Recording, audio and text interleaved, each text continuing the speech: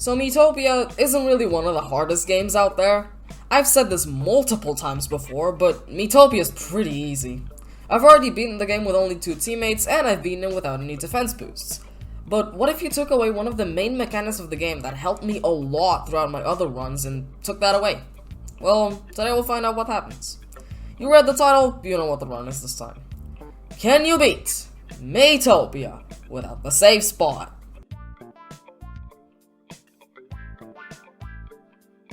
It feels like every time I do a challenge run on this game, this boss is hard. Well, this time it wasn't really as bad because of me having both a warrior and a popstar that could take hits due to having an ungodly amount of HP. Seriously, popstar has more HP than warrior. What the hell? Overall, this boss wasn't as bad as other battles, but if I was just a bit slower, I would have died here. And this is a trend.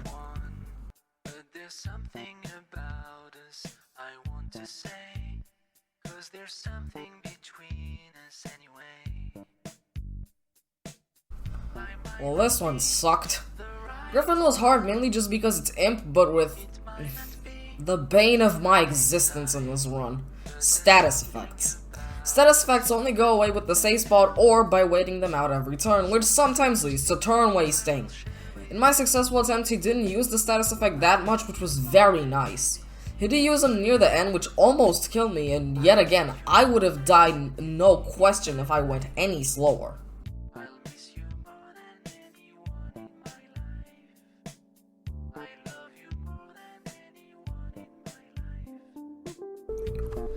This is why status effects suck. This boss has the make someone evil status effect, which makes the evil me lose their turn and have a chance to waste someone else's turn, even if they are a magic attacker. I had 2 teammates that could get rid of the status effects, Polly and Alex. Alex was Slap and Polly with Calm. Polly decided always to use her turn healing someone else, and Alex was unfortunately the one turn evil. So it's safe to say I lost quite a lot of turns due to this. Once again, if I went any slower, I would have died here.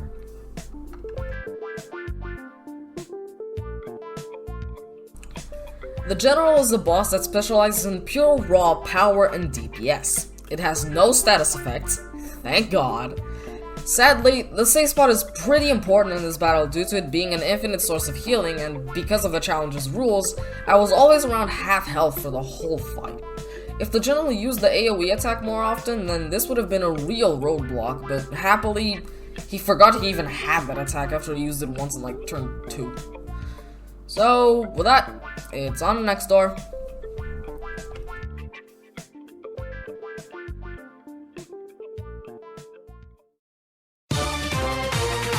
Now, most Miitopia players, when they start out, they ignore the save spot almost entirely, but for every one of those, there's one specific battle that makes them realize, yeah, this thing's OP. I'm of course talking about the Pharaoh boss in Next Door. Now, did I manage to beat this boss? Surprisingly, yes, even without grinding at all. Yeah, I know. More on that when we get there though. Let's talk about the rest of the bosses and my team.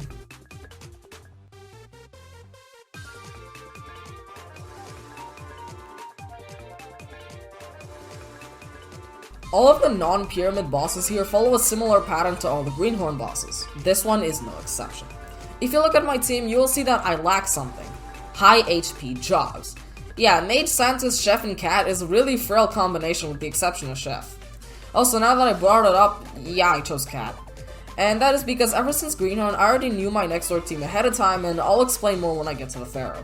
Anyway, back to this. This boss hits decently hard and the AoE attack can shred me to bits. Luckily, the AoE attack is decently rare, so I did manage to beat it, but just like the Greenhorn bosses, if I went any slower, I would have died.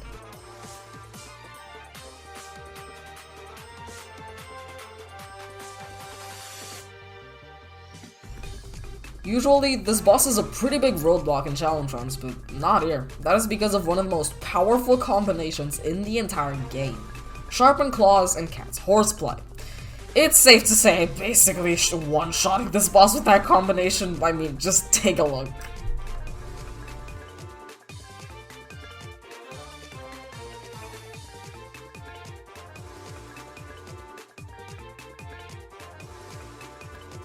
So this duo of bosses is usually very powerful due to the destructive attacks. So by killing the sword first with the aforementioned combo of Sharpened Claws and Cat's Horseplay, combined with some more attacks from Steve and Maria, I took down the sword, which made the shield basically worthless because it can't hit hard enough to make me lose.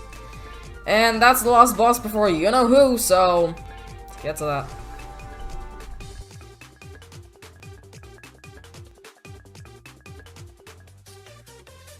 Alright, the moment you've all been waiting for. Pharaoh. So first of all, we have to analyze something that is unique to the Pharaoh and which takes a big part in making this boss actually beatable. It's the fact that this is one of the only bosses in the game which has a repeatable attack pattern. The Pharaoh is guaranteed to do the exact same order of 4 attacks, those being the following: Curse, AoE attack, AoE attack, AoE attack. After he does these 4 moves, it starts over from the very beginning. Because of that, I know he will curse someone every 2 turns. Another important thing to take note of is for how long the curse lasts for. From what I know, it's 4 turns, but it could also be 2.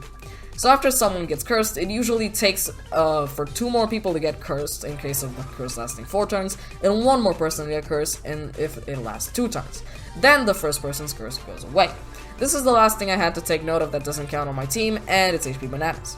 The curse causes them to give their bananas to the Pharaoh, killing him in the process. Something important to take note of is when it comes to HP bananas, after you've eaten 20 of them overall, their effect rises from healing 20 to healing 30. Knowing this, I avoided every single possible source of HP bananas to make sure I didn't have more than 20.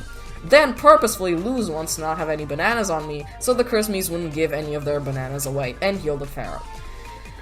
Now, if you've been paying attention, you might see that my team is designed mainly for this specific boss. Me, Steve, and Maria are all attackers, and Rin is the healer, mainly just because I need one, otherwise my only source of healing would be Sprinkles, otherwise I would have gotten another scientist. Now, my strategy was to completely annihilate the Pharaoh with pure single target offense before he gets the chance to curse too many people. It was absolutely crucial that I got Sharpened Claws Cat's Horseplay combo at the very beginning of the fight, just to not risk getting cursed. When I got the combo, I realized that it takes down nearly half of his HP. But the fight isn't over yet. Steve and Maria were great allies to have during this fight because they could deal even more damage, and well, we all got healed by Rin. Steve's Ignite helped a lot in saving up more MP, just in case I got Horseplay for the second time, which I did. MP Sprinkles along with Cheer from Rin helped me fill my MP back to full and use Cat's Horseplay a second time, taking off another quarter of its HP. The remaining quarter of the fight, I was constantly on the brink of death, but my goal was to simply go ham on him before he gets the chance to curse us and consequently end the fight. But by some stroke of luck, I got uncursed at just the right time to deal the finishing blow. Take a look.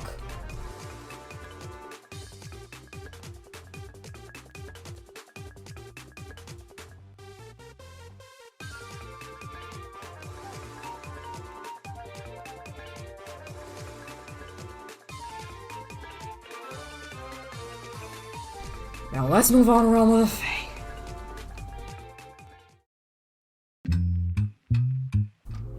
So, immediately after beating the Pharaoh, I felt so relieved. I knew from my other challenge runs that Realm of the Fae was mostly really easy. Its bosses are quite simple and don't require strategies planned out way in advance. Oh, was I right? Let's see. So after getting to relax, grinding outing tickets for the 4th time in a run of mine, I immediately thought to myself, oh crap, the spider. Why? Well, it's because the spiders it can shoot at are an unremovable source of status effects that deal damage to you every turn. Essentially, you have a time limit to beating this boss. And after getting to actually attempt it, I realized the quote-unquote timer you are on is very generous and it allowed me to win pretty easily. That's nice. And after that, there really isn't any other challenging bosses. Therefore, I'll pull a 2 teammate and rapid fire go through all of them. Let's go. I thought really hard about what I would want as my 4th teammate for Realm of the Fae. Every time I've played Realm of the Fae in this game, I've never had a consistent team 2 runs in a row. In my Nuzlocke, I had a team of Mage Princess and 2 tanks, and in my Defenseless run, I had a team of Mage Princess, Quark, and Imp. The only thing consistent here is me and Queena as Mage and Princess. I also knew that I would have to take this teammate with me into the Cerberus battle, which we know is... I knew that I would have to fight Cerberus with Mage Maria, Cleric, Polly, whatever I choose, me, and this teammate. I Eventually, I landed on Cat mainly because I knew I could hyper during the Cerberus, but at the same time, I used Cat in next door and could just job switch back to that. So it really makes no sense why I chose Cat here, but anyway. And now that I've said all that, this boss is really easy. No problems at all. Despite the fact that everyone but me was at a risk of dying either due to lacking food buffs or hating tomatoes, this fight went really smoothly and I didn't have any problems.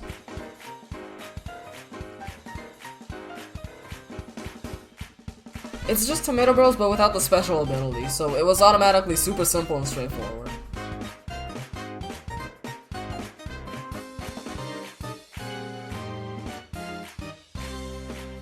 This is actually the first time I got to use Scientist Horseplay, surprisingly. Nothing else of note happened.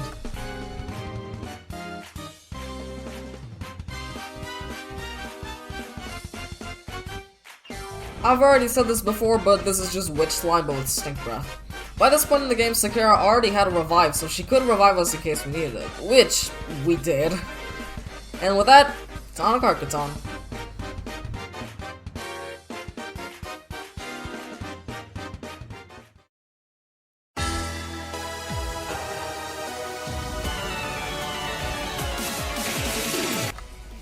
So Karkaton, the usually hardest part of Miitopia challenge runs. While yes, it's pretty difficult, the Pharaoh alone elevates next door to tie with this world as the hardest in the run.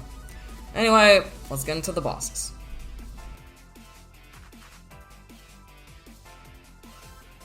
Thanks to the first 3 teammate boss fights changing stats depending on what order you fight them in, this boss was naturally really easy to help me get back up on my feet after losing my team members.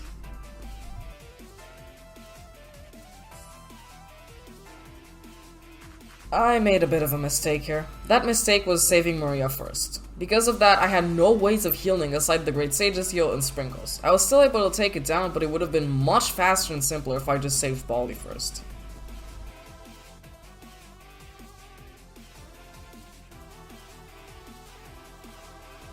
Now that I had Baldi, this boss was pretty simple. It mainly just was another pain cloud, but I have more teammates, I'm able to deal more damage, and I have better sources of healing.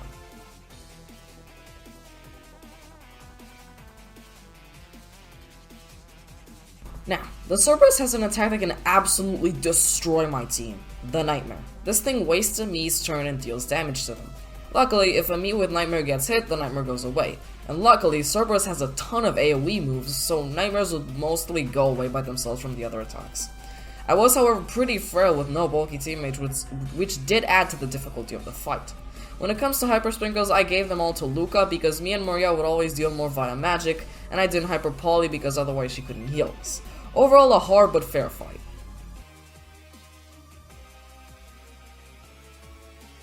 The demon has 2 different status effects, the Fear status effect and the Evil status effect. But luckily, those can be overwritten with Hyper Sprinkles, so if someone is affected by the status effects, just hyper them and ba-bam, you win.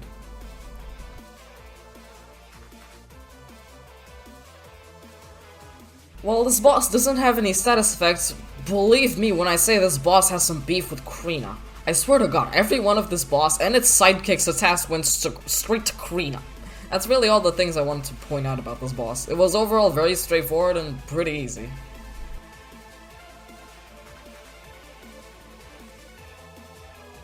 While the Dark Lord does have Nightmare, after the first phase he stops using it.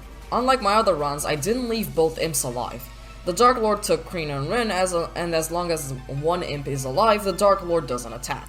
Knowing this, I saved Krina from the imp to be able to have another source of damage, while leaving Rin's face on the imp so that the Dark Lord doesn't attack. It's hella rude, but I'll take it. And with that, it's on to Traveler subquests.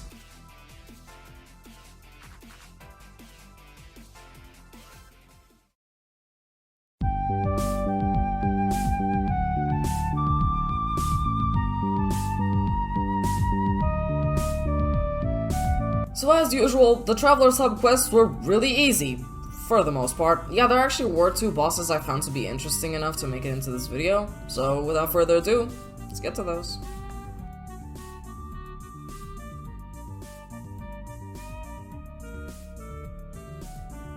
This boss is the introduction to shield sprinkles, and because of our challenge's rules, we can't nullify one of the hits via the save spot. Meaning, for enemies like this one, once you exhaust your shield sprinkles, you're done.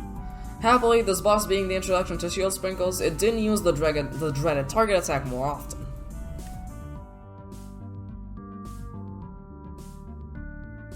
This fight was really bizarre. The Wolf-O-Wisp and my team were both dealing a decent amount of damage, but the fight was super long. Both sides were able to nullify most of the damage the opposing side did, and I was mostly on top. This wasn't really hard as it was weird. And with that, on to the Skyscraper.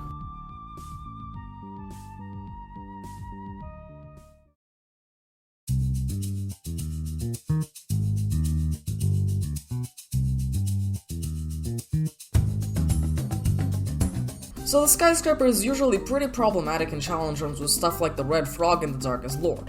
This run is one of the outliers this time. Yeah, the Skyscraper wasn't as bad as it was in 2 Teammate, or as bad as Darkest Lord was in Defenseless. There were some interesting things that happened, such as my crazy winning attempt against Darkest Lord, but without further ado, let's get into the last 4 bosses of the run.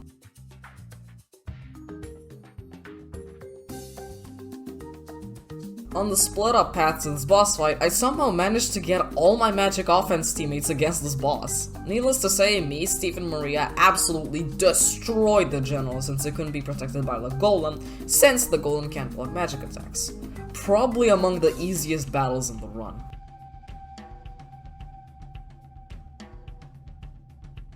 You might think that this boss would pose a big threat, right? You might think it would be one of the hardest bosses in the run, right? Well, to that I say, Hyper Sprinkles. Hyper Sprinkles, baby! Yeah, I absolutely obliterated this boss with hypered up Krinarin and Luca, along with support from Isla, mainly with Love Sun.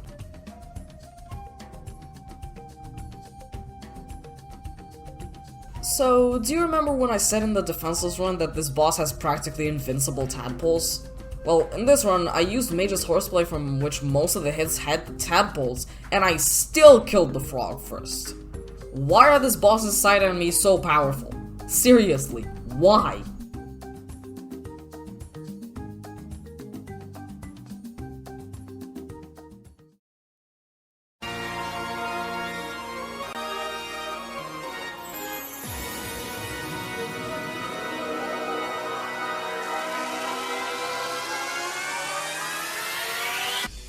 So, can someone tell me how I won this on my first try? Seriously, this 3-phase abomination of a boss that rivals the Pharaoh for the hardest boss in the run, I first tried it! Anyway, the left hand was a bit of a pain. For this phase I used Maria, Steve, and Isla because they were my best non-Quadrio teammates. Still, this fight took a while, the most out of all phases in fact. That's because I had no healer, so my only source of healing would be Sprinkles. I still passed it, but it ate up most of my HP Sprinkles. The right hand is where it gets hard. For this one I actually had a healer, Sakura. My plan for this one was to use all of my Hyper Sprinkles on my warrior and cat while Sakura does the healing. Eventually I exited this fight, but not without losing my life sprinkles and the last of my HP sprinkles. And now, the final bout. This fight is infamous for its deadly 1 HP attack, which is very hard to recover from. Because of the earlier phases, I ate all of my sprinkles except the MP, so it was basically impossible for me to recover from the 1 HP attack. Luckily, the only team members who survived it were me and Polly, meaning Polly could revive the other teammates, right? Wrong. The Darkest Lord kept dealing damage to us and we were constantly in the red HP. Eventually, I go down and Polly's revive actually works this time. I am almost dead, last wish happens, I get more HP, Horse wants to help, I win. Okay, seriously, just take a look at this.